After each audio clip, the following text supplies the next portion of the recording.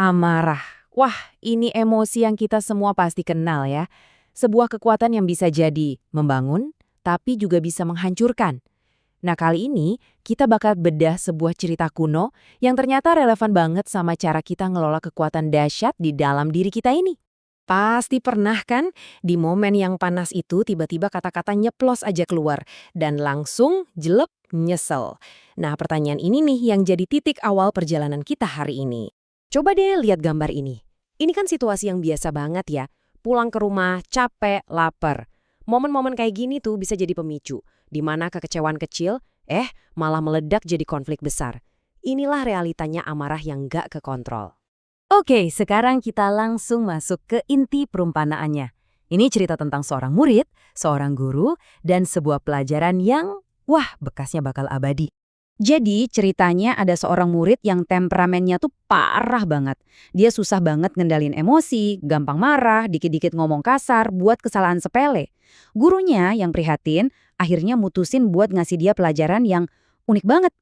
Bukan dikasih buku atau ceramah loh, gurunya malah ngasih dia alat-alat yang kelihatannya sederhana tapi maknanya dalam. Palu, paku, sama sebatang balok kayu. Ini nih perangkat buat sebuah eksperimen emosi. Instruksinya simpel banget. Setiap kali kamu lepas kendali, setiap kali kamu marah katanya, kamu harus tancapin satu paku ke balok ini. Jadi setiap ledakan amarah itu harus diwujudkan secara fisik.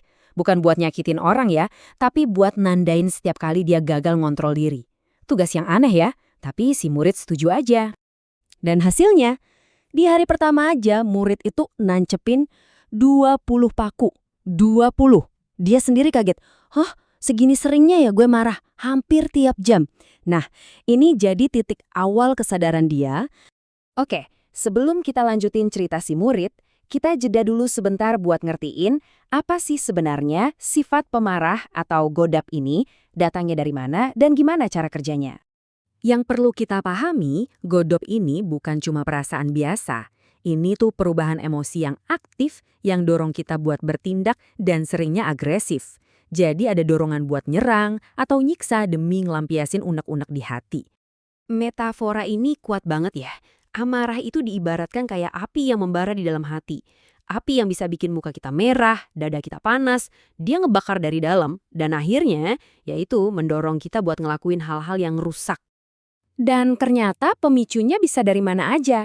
Kalau kita lihat di sini ya, ada penyebab fisik, kayak kecapean banget atau hormon lagi nggak stabil, itu bisa bikin kita lebih sensitif.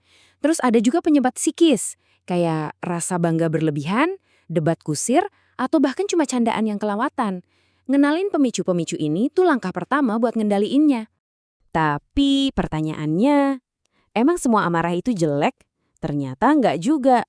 Tujuannya itu bukan buat ngilangin amarah sama sekali, tapi buat nemuin keseimbangannya. Nah, ada 3 tingkatan nih. Pertama, ifrot, ini amarah yang kelewatan yang rusak. Lalu ada kebalikannya, tafrit, ini malah nggak punya amarah sama sekali. Bahkan pas lihat ketidakadilan, dia apatis aja. Nah, yang kita cari itu yang di tengah, iktidal. Amarah yang seimbang, yang proporsional, yang muncul buat ngebela kebenaran dan keadilan. Nah, kita balik lagi ke cerita si murid tadi. Setelah dia mulai sadar sama amarahnya, dia siap buat tahap selanjutnya, belajar cara ngelolahnya. Dan dari sini, kita bisa nyontek beberapa alat praktis buat emosi kita sendiri. Perubahannya drastis banget. Tugasnya bukan lagi nandain kegagalan, tapi ngerayain keberhasilan. Setiap hari dia berhasil nahan marah, dia boleh cabut satu paku. Ini tuh pergeseran dari hukuman ke penguatan yang positif. Dan ini nih alat-alat yang bisa kita semua pakai. 4 langkah praktis buat mendinginkan kepala. Pertama, cari perlindungan. Baca ta'awuz, biar hati tenang. Kedua, ubah posisi. Lagi berdiri, coba duduk.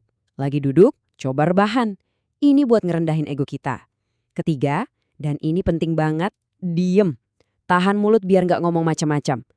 Dan keempat, pakai air. Ambil wudhu. Logikanya kan simpel ya. Api amarah itu paling pas dipadamin pakai air. Visual ini ngegambarin konsepnya dengan pas banget. Wudhu itu bukan cuma ritual, tapi juga tindakan fisiologis dan psikologis buat mendinginkan sistem kita. Buat mademin api di dalam sebelum dia ngebakar semuanya. Dan pada akhirnya, semua ini balik lagi ke pilihan. Di satu sisi, kita lihat ada reaksi instan, amarah yang bisa ngerusak hubungan. Di sisi lain, ada keharmonisan yang lahir dari sabar dan pengertian. Dua jalan, tapi pilihan ada di tangan kita. Sekarang kita sampai di bagian akhir perumpamaannya.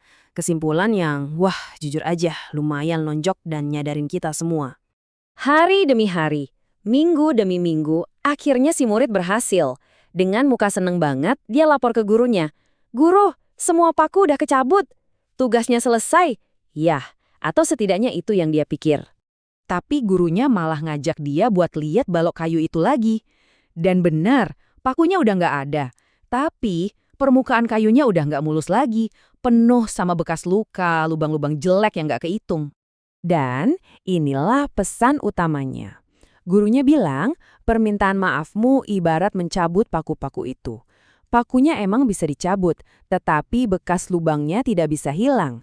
Luka yang disebabkan oleh kata-kata sama sakitnya dengan luka fisik. Dalam banget kan pelajarannya?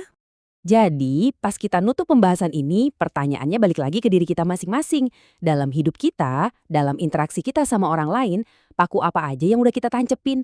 Dan bahkan, setelah kita coba cabut lagi, lubang apa yang sebenarnya masih tertinggal? Ini jadi renungan penting buat kita semua.